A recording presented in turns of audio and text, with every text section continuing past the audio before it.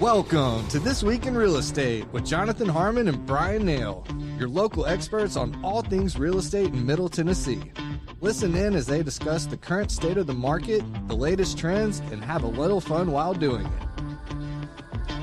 We do want to say the opinions voiced on this podcast are for general information only and not intended to provide specific advice or recommendations for any individuals.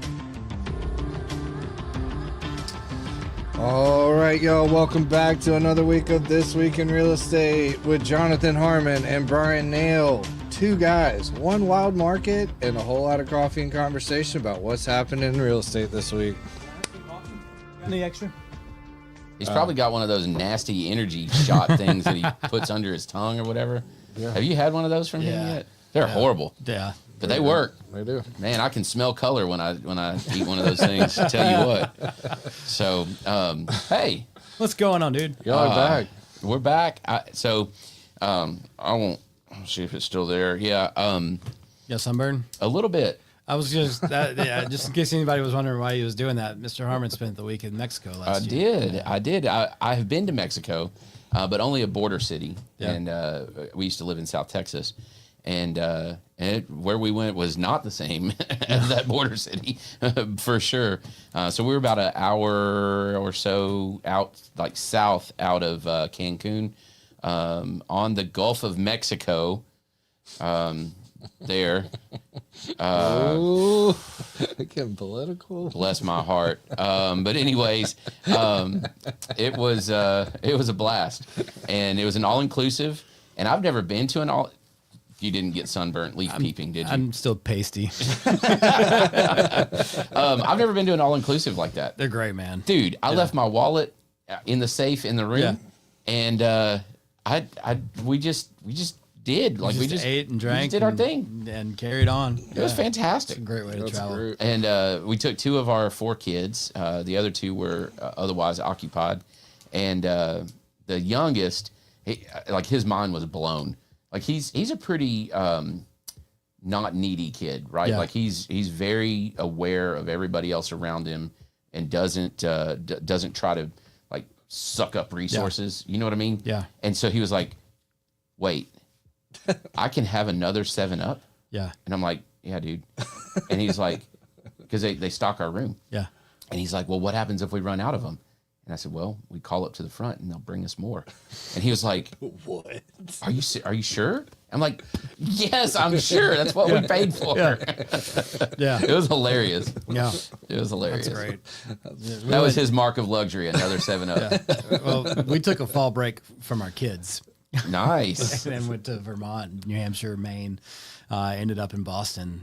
So yeah, there was not much. It was a beautiful week. There wasn't hardly any rain. Most of the time it was sunny, blue sky days, beautiful leaves changing colors. But just the 2, it's just kind of a quintessential, week-long road trip across New England to celebrate our 20th anniversary. It was a wonderful trip. I cannot believe that Erica has put up with you for 20 years. Time out. We talk about all the time. I'm going to give a bonus pro tip for all you families out there. If you're especially people who have kids in their teens, we know this, we understand this. Even if we haven't heard it before, it's going to resonate. If you got youngins, there is a difference between a trip and a vacation. And before you pack your bags and get in your car to go to the airport or drive to where you're going, you need to know if you're going on a trip or a vacation, because having the right mindset will make it a better experience, regardless of which one it is. Dude, that's an excellent pro tip. There's a trip. If you're going to Disney World, that's a trip. Oh, yeah. If you're going to, it depends on how you're doing it. I guess if you're like an adult that's into Disney and you're going with your partner. No, dude, it's a lot of work to go to Disney. Disney, by and large, is a trip. When we drove from Murfreesboro to New York City with the kids, that was a trip. It was a great trip. We had a wonderful time. It was an awesome road trip. I'd do it again tomorrow at the kids' age then. I don't know if I'd do it at the kids' age right now. What we did was a vacation. What you did was probably a vacation. It was a vacation. It was a little bit of work, and even like customs and all that. Yeah. Easy peasy. Slid right through. Yeah, right. No problems. And we came back, and I felt relaxed. I blocked off a little bit of time while I was down there to kind of catch up on email, and I didn't answer anybody or anything, but I made a list so that when I got back, I was organized already. Yeah. It was fantastic. Hit the ground running when you get back. It was great. Really give yourself that chance to decompress. I don't do that. I think you needed it more than you realized. I mean, I always do whenever I get back from a trip like that or a vacation like that. I'm like, man, I really needed that more than I realized. Mm-hmm. Yep, that's exactly right. That's great. So it was fun. Let's do a show. Yes, let's. Headlines. I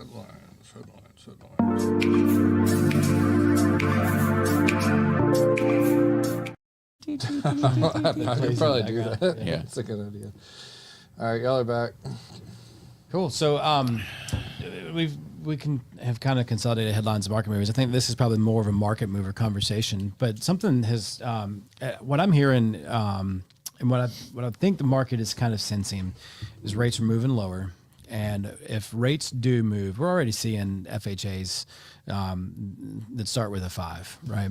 And conventional or a lock and step moving in that direction too. Who knows where tomorrow goes? And they usually trail quarter to half a point. I was going to say about half. Who knows where this market's going to go? Who knows what's going to happen, right? This could all come. Could be temporary. It could go right back up.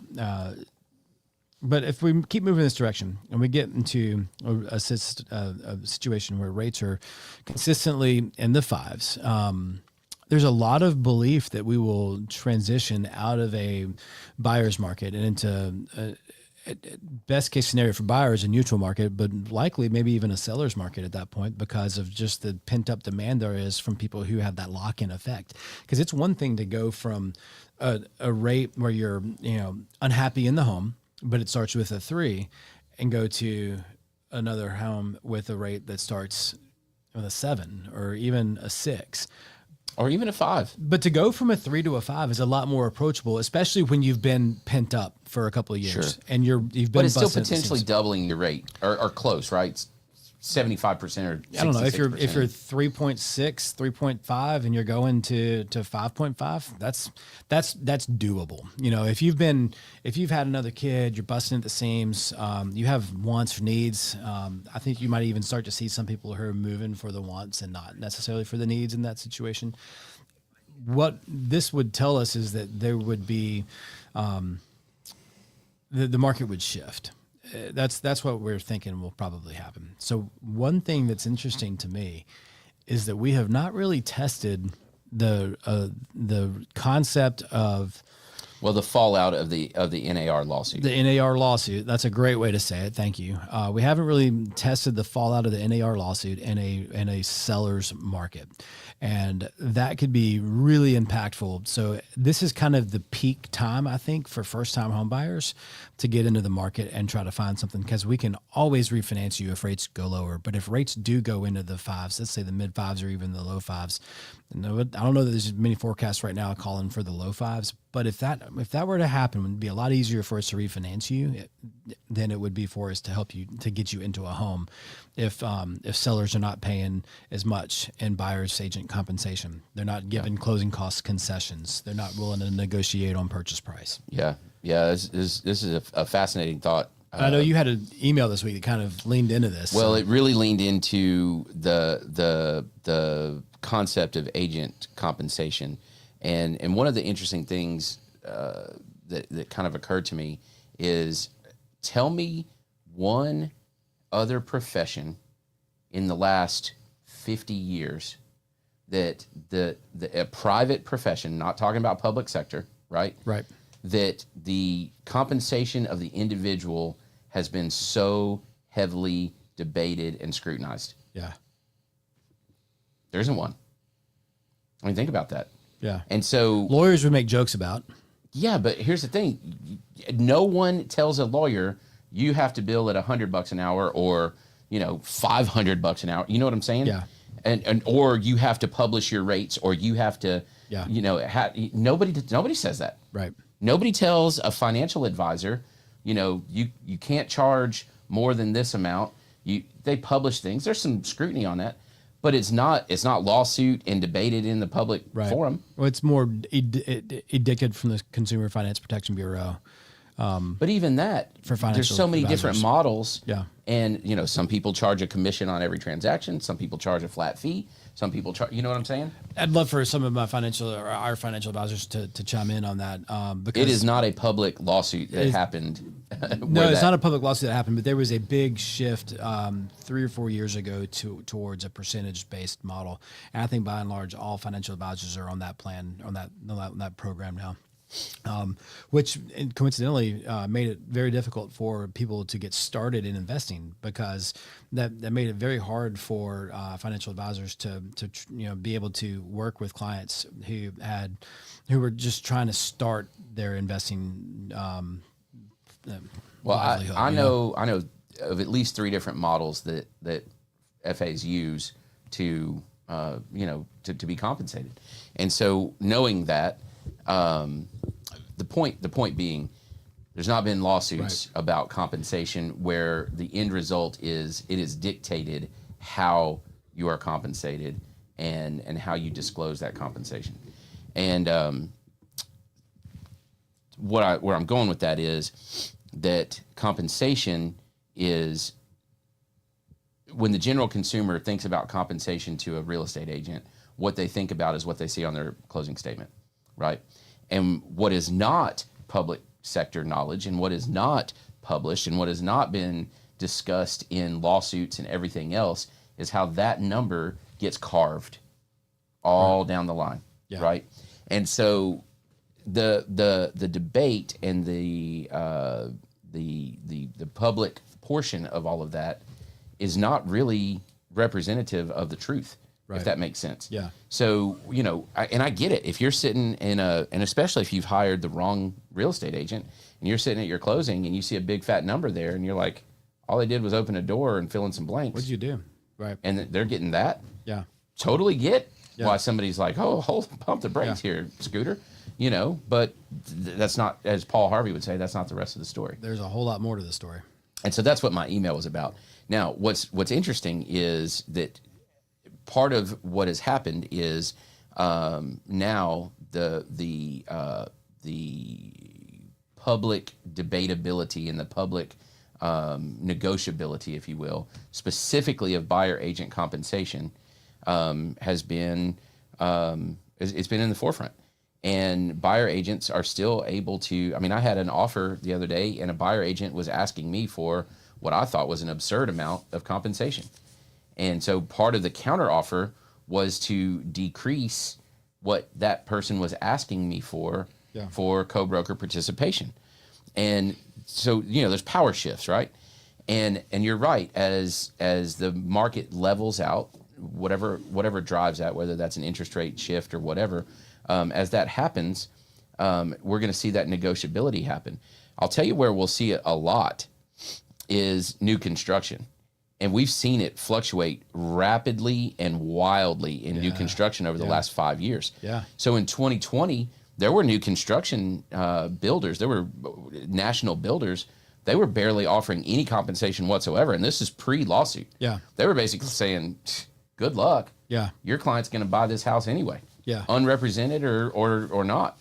Right. And so good luck. Well, those exact same builders now are saying, hey, if backing you up the dump please truck. God bring me your buyer, and we'll pay you extra, or whatever. There's contests this month. There's incentives, all kinds of stuff, and it's like, man, which side of the mouth are you going to speak out of? Whichever sides they need to speak out of to take care of their shareholders. And they know that this is a revolving door type industry. A lot of times, the barriers to entry to get into real estate. I'm being really like pulling the curtain back, really brutally honest here. The barriers to entry to get into real estate are very low. Yeah. So if you want to start your own business, like if you have that entrepreneurial bug, and you want to have something that you can get into, low barrier to entry and high potential reward, right? Real estate's there. I get it. Yeah. But it is way harder than you think it is. Well, and just you talked about this a second ago or a minute ago about they just see that big number and they don't take into account all the expenses. You are a small business that come in. That's your top line number. That's not your paycheck. That is the top line number. You pay your own taxes. You pay both sides of your taxes. Yeah, because that's you're and your that's own the employer. thing. A lot of people say, "Well, I pay taxes." Don't tell me that you have to pay taxes. I don't want to hear that you have to pay taxes. I pay double. You pay double, yeah. Right? I don't have health insurance, so I got to buy that, or my spouse has to have it. I don't have a 401k, so I'm paying my own retirement if I'm smart enough to do that. Again, that's a fine line here because you're talking about expenses that a lot of people have. Now, insurance is going to be more expensive for you as self-employed than it is going to be through somebody who participates in a group plan. That's right. 401k, you don't have the benefit of a match, or an automatic deduction. So the smartest thing that the federal government has ever done, ever in the history of this country, is to automatically deduct taxes from people's paychecks. Right. The vast majority of people do not have a concept of how much they pay in taxes. Right. Because if you ask them, and you know this because you do it every day, right? Yeah. How much do you make? Well, do you want to know how much my check is, or do you want to know that number at the top of the check? It's funny. I get... what you make is at the top of the check. Yeah, yeah. One of the most common things I hear and I've got friends, I've had this discussion with them countless times. No, overtime, bonuses, commissions are not taxed any higher than your regular income. It feels like it because they're taking a higher percentage when you have that bonus in your paycheck. But at the end of the year, all of your income is going to be added up and it's all going to be taxed based on your annual amount. When you get your pay stub, if there's a big bonus on it, your tax percentage of that check is going to be higher because your payroll software thinks that that's what you make every paycheck. But you're not going to pay any more tax on that bonus. So if you're mad that your company is switching you from a straight salary to a salary plus bonus or something like that, you're not going to pay more taxes on the bonus income. It's all going to go into a pot at the end of the year. Your total income is going to determine your tax bracket, and you're going to be taxed accordingly. So I digress. Yeah. Well, the point is that people are disconnected from their finances very often, and not everybody. I know some of you probably study it incessantly, and you're not disconnected. But the vast majority of people are. I am not. Yeah. I know exactly how much I pay in taxes because I literally write a check to the federal government every quarter. Yeah. So I know how much I'm thinking about the marketing expenses that you put into that house. Like all those other things, I think when you start as a realtor and you start saying, well, I have to pay my taxes. I have to pay my I have to pay for photos. I have to pay for drone work. I have to pay for Zillow That's the leads. bigger thing that I think needs to be discussed. Yeah. Because you're spending a lot of money to market that house. And there's nowhere on that closing statement where that's going to be represented. What kind of expenses you paid out of your pocket. That's when I say that number that you see on the closing statement, that's your top line number. Out of that top line number come all of those expenses. We would consider a business expense to try to get that house sold. Well, I did the math in this email that I sent out. I send out a weekly email every Monday, and if I were to close 2 transactions a month, okay, and I'm just going to be honest with you guys, that is not what I've done this year. Yeah, this year's been a little slower, right? But if I were to close 2 transactions a month, I make roughly, like in my pocket, after everything is said and done, I make around, let's say $50 an hour. Yeah. It's not bad, right? But I've been at my job for 16 years. Yeah. I'm very good at my job. I don't mind saying that out loud, right? And so is that enough? Yeah. You know what I mean? Yeah. And I hate that concept. Is it fair? Oh, I hate that concept. There's no such thing as fair.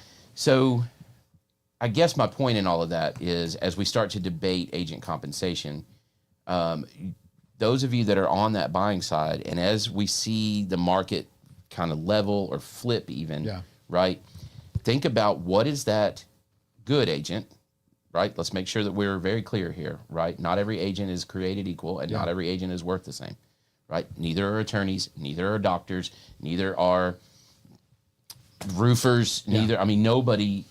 Within any industry, there's this, right? There's a continuum. And ask yourself, do I have the right agent? And is that agent worth what they're being paid? Well, especially if you're the buyer and you're probably going to have to pay them. But man, let's back this back a little. Let's take this back in a little bit. if you're buying a house, so you're buying a $400,000 home and you're planning on using FHA with a 3.5% down payment. You don't need cash. You've got to have $14,000 for your down payment. Okay. Now, if it's a seller's market and the seller's not going to give you any concession towards closing costs, plan on that being $11,000, $12,000 or so. Okay. So now you're sitting there at $25,000. Okay. That's what you need to get in that home with an FHA loan. It's a lot of money. Okay.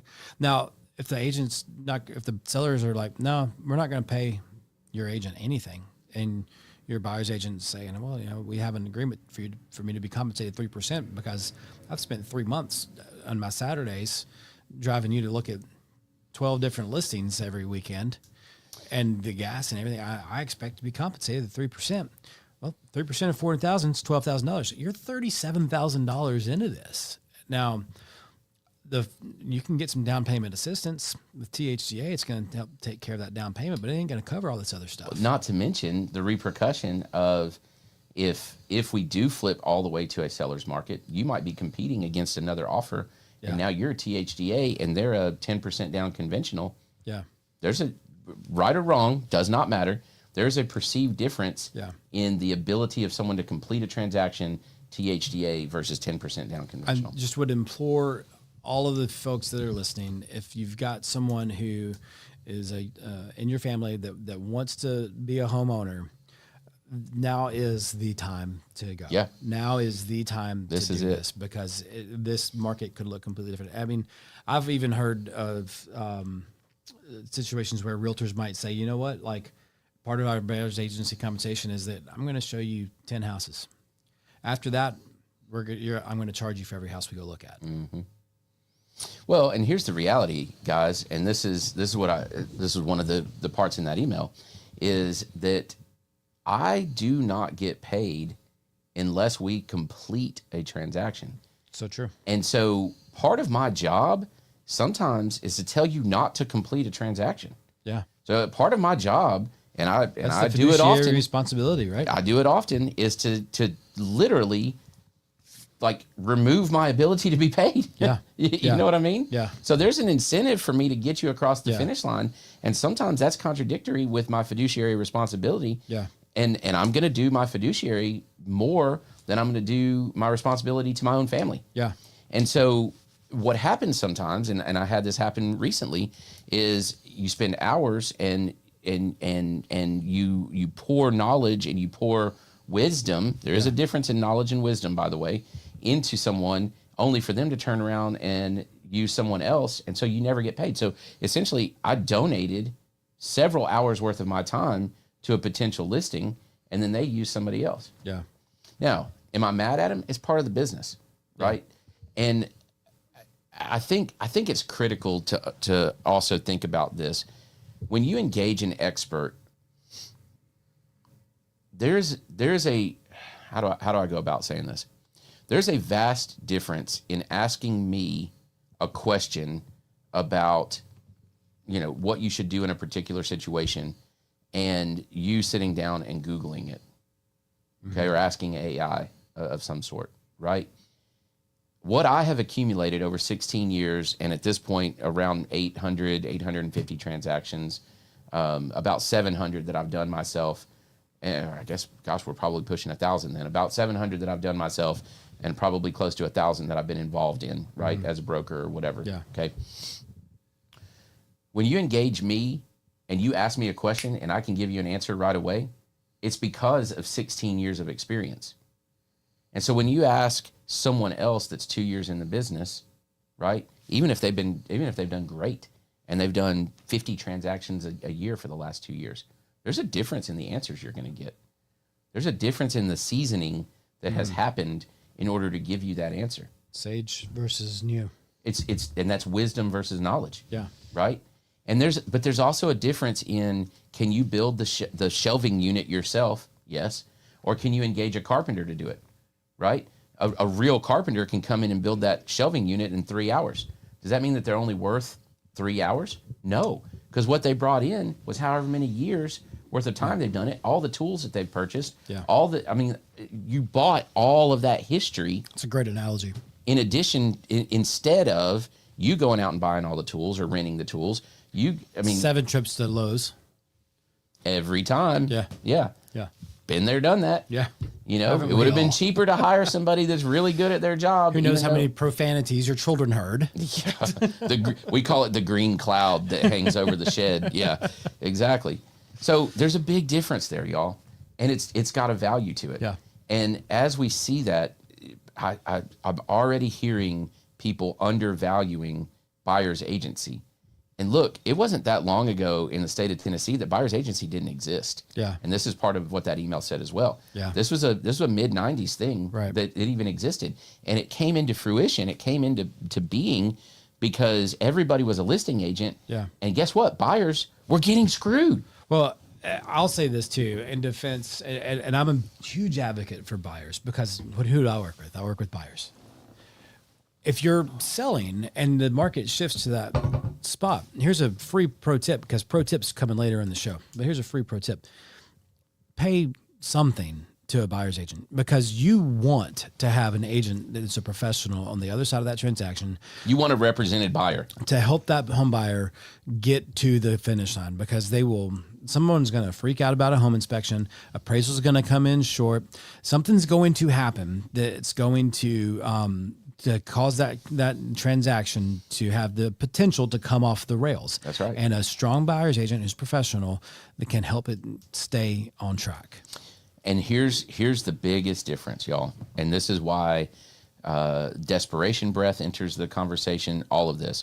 You want a level-headed, professional business person to help smooth out the emotional roller coaster that happens with buying a home. Yeah. And I think the biggest thing that a professional does in residential real estate, somewhat in commercial, but definitely in residential, is to understand that very often neither side is fully rational. So true. So the seller, and then how do you guide your side through that? The seller is not rational because that was their home. They raised their kids there. They, whatever, right? Like all these memories are attached to it, blah, blah, blah, blah, blah. The buyer is not rational because they're seeing themselves raising their kids there. They're daydreaming about this place. So there's so much emotion involved because it's the concept of home. It's not an asset of a house. Yeah. Right. There's a big difference. And so if your two agents don't know that and don't act accordingly, but still acknowledge that, your deal's going to suck or fall apart. We're 30 minutes into the show right now. Well, this is good combo. 25 minutes into the show. Trent's going to pull sound bites out of this like nobody's business. Yeah, we got some. I think it's time for us to move to This Is Real. Yeah, we'll land the shit.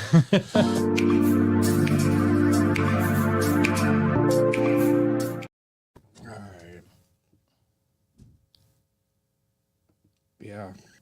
Take a look, see at this. It's a pig with a top hat in the corner. Yeah, that creeped me out. Is it an effigy? Like, is this do they the- pray to the clown pig? It is a clown pig. That's a good point. It is a clown pig. The wallpaper is busy as could be. That is the oddest window mirror I've ever seen. Look, yeah. Well, it's just That washed out at upside the down? top. It is framed at the top. It is. Well, I think is it washed out or is it got some kind of valance over it? Oh, you might be right. I think it's got a valance over it to make it look like a window into the soul of whoever is sitting at The that plated kitchen table. soul. The soul of the pig man clown in the corner. With I all the love flowers. Yeah, man, Trent, this is a great one. Yeah. I found This could be my grandmother's house. I'm glad that they I can see. didn't bother to move the duster out of the picture, though. Or is that a big floppy hat on the table? It might be. It could be placemats wadded up. I mean, everything else is meticulous, but they didn't bother to move the duster or whatever that is on the table off of it Yeah. or flatten it out. It's lovely. Yeah, it's something. It's a good one. Trent did show me a different one earlier today, and I just want to throw this out there. Is it just me or? Oh no, there was a T there. Okay, I thought realtor was misspelled. And it was called Under the Sea, and it was this beautiful pink old like 50s tile bathroom, except that when you scroll down far enough, you realize that the floor was a tile mosaic of a mermaid in her true form. No clamshells? And I said, we're not putting that on the... No clamshells? No clamshells. No clamshells. Oh, no. That's a perfect way to put it. They were quite pointy. I was going to say, I have a feeling that tile floor was not heated. It looked awfully cold. I was going to say the ocean water's cold there. Huh? Oh, Lord. Man. Oh, I'm going to get in so much trouble for this. Oh, I hope not. That's great. What else we got? Shiny penny time. Shiny penny. Please. You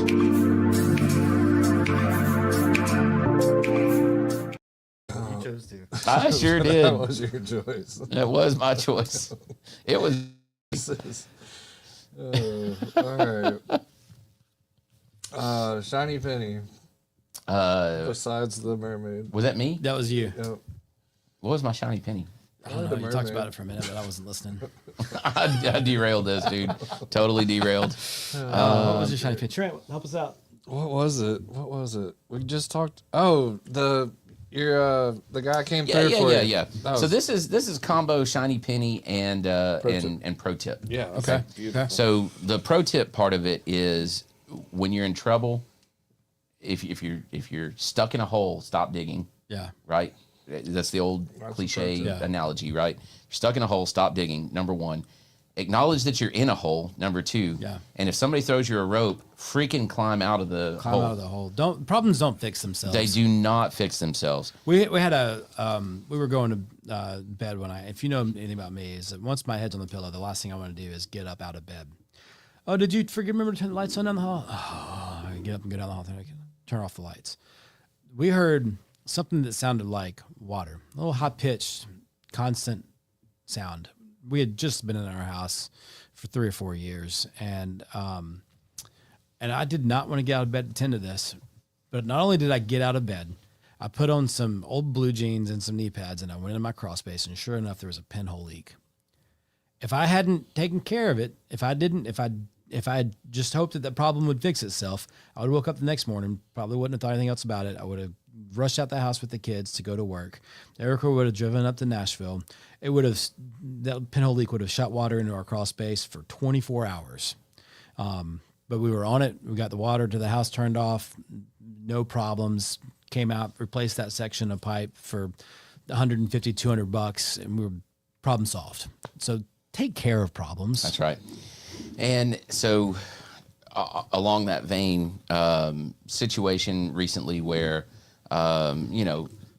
listen, financial troubles happen, right? Whether it's a job loss or it's an illness or an injury or whatever the case may be, forget fault for a second. Financial problems happen. Okay. And when they happen, you can't ignore them. Right. And if you are a homeowner and you bought your home 5 years ago or more, you have equity in your home, unless you've cashed it out somehow or whatever. Yeah. You have equity in your home. And so if you find yourself in a financial situation, immediately just come to terms with it. You're either going to have to figure out the financial situation quickly, or you're going to need to go ahead and sell. Yeah. And here's why. For a long time through COVID and all of that, it is my opinion that banks were extremely reluctant to start foreclosure proceedings. No bank wanted to be the first one to start penalizing people after we've gone through a worldwide crisis. Right. You know what I mean? Like, they just didn't want to do it. Yeah. We're 5 years removed from that, ladies and gentlemen. And so at this point, it's going to start happening. Yeah.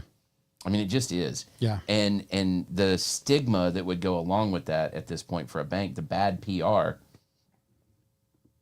I don't think it's there anymore. It's not there.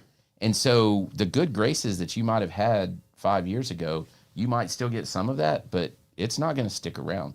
So if you don't want to lose that equity, then you just got to accept that where you are, or you have a defined, purposeful plan to fix the problem within the parameter of the terms of your loan. Yeah. Or what the bank has amended your loan, right? And if you don't, then make a move, because the longer time that we have to work on it, the more options you have. Yeah. We wait till the last minute. We wait till the proverbial wolf is at the door. We have one option, and we have to do it quickly. Yeah. And when you have to do things quickly in real estate, they're probably not always the most fiscally responsible thing. Or the fiscally advantageous. Advantageous. There you go. Yeah. Yeah, advantageous. That's a better word. It's great advice. Good pro So- tip. Then there was a shiny penny that you had The wrapped shiny up in penny that. associated with that is when you finally do seek help, make sure that you seek help from someone that has built the relationships and has the knowledge, has the background knowledge to say, this is what has to happen and this is when it has to happen and here's how we're going to do it. You have a story for that? I do. So going back to that scenario, family found themselves into some dire straits and finally came to me. We sat down, we talked about it. And after hearing their story, I said, there's only one option here. And I know exactly how to do it. And I know exactly who we're going to engage. So I called a friend and colleague of mine. I'm going to give him a shout out, Mr. Jay Cash. And I said, this is what we have to do, Jay. And I don't see another option here. And so Jay, we all sat down. Jay looked at the scenario. He was like, yeah, you're right. And he said, you pulled the exact right lever. Yeah. Right. And Jay will shoot me straight. Jay will tell me, no, you should try it a different way first. Yeah. That is not the scenario here. And So for those who don't know Jay, what does he's Jay an auctioneer. do? Okay. He owns James R. Cash Realty and Auction here in town. Jay talks really fast. I am exhausted anytime I meet with him, but I love him because he's smart and he's very, very good at what he does. He's got a mean guitar collection. Does he really? Oh my gosh. Can he yeah. play? Yeah. Oh yeah. He's really, I didn't know this. He can play. Well, He's a huge Aerosmith Yeah, fan. huge Aerosmith. I knew So that. he's- Really? Yeah, he collects old vintage Les Pauls and stuff. He's promised me I can come over and look at his guitar wall, and I haven't taken him up. Look on that. at it. I need to. Not Jay, touch I'm- it. Yeah, I'm going to give you a call. Oh, he'd let me play. oh, would he? Yeah, he'd Okay. let me play. Yeah. Well, he's very good at what he does. I'll tell you, I was in Guitar Center in Nashville last year, and lo and behold, there's Jay Cash, and he had ordered a vintage. Pretty sure it was a Les Paul. It might have been a Fender. I'm pretty sure it was a Les Paul. He had ordered and it showed up, and he was there to pick it up at that moment in that time. And he opened the case, he looked at it, and he played it. And he's like, "This ain't what I wanted. Send it back." And Guitar Center is great about that. If they have these vintage guitars, you can go on their website, you can order, and if they'll send it to the closest location to where you are, and give you a chance to look at it, touch it, feel it, play it, and if it's not what you wanted, then they just hold on to it. Interesting. Well, I don't know. This table has more rhythm than I do. So as far as playing musical instruments, I'm good at playing the radio. That's about it. But as far as running an auction, I've never seen anybody like him. He can pull auctions out of death. Yeah. I mean, I've seen him have stuff on life support, and all of a sudden it's going again. I've been to one of his auctions, and it was well done. I bought a guitar at that auction, bought a guitar amp that I still have to this day and love at that auction. Well, anyway, the bottom line here is engage people that have the relationships and the knowledge and the discernment to get the work done. Yep. The right work done. Great conversation. Great tips. Great shiny penny. Good shout out to a good auctioneer, Jay Cash. Good conversation to start the show, just about buyer's agency compensation and where this market might be going.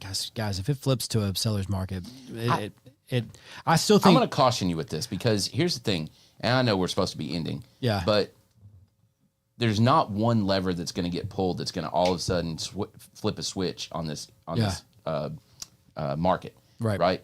So if interest first of all, interest rates aren't going to drop they're a not. full percentage point all at once. No. Right. It's and gonna a lot of forecasts are calling for rates to end next year at about 6% and be flat for a full year. It's going to be very gradual.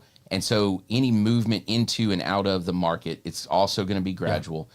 And a lot of folks, they're going to have to see stuff stabilize in order for them to be, because nobody wants to say, okay, right now is the time that we got to move right now, because if they move again, we're screwed. Well, what happens is it slowly gets to where it got, right? So think about people who didn't sell, had a cabin that wasn't performing like we wanted it to, was proven to be an expensive thing for us to keep. Mm-hmm. But man, when will I ever have an investment property with a rate that starts with a 3 again? Sure. I don't want to sell it, so we hang on to it, much to my wife's chagrin. And we didn't sell it, and now we can't. We're stuck with it. But also, I'm just saying, like you can not take action, and then all of a sudden you can wake up one day and the market has slowly moved so far away from where it was before that you're left without options. And the same goes the other direction as well. Yeah. So please do not hear us say that all of a sudden we're going to wake up and it's going to be a seller's market. That's not going to be the case. Yeah. I'm glad that you said that, because that's not what we're saying. Yeah. Okay. We did it. All right. We're done. Wrap it up. Cheers. Have a good one. Bye. Hang on a second. All right, you're good. Thank you for listening to another episode of This Week in Real Estate with Jonathan Harmon and Bryan Nale, your go-to resource for all things real estate in Middle Tennessee. Be sure to like, share, follow, subscribe, and leave us a 5-star review. We will see y'all on the next one.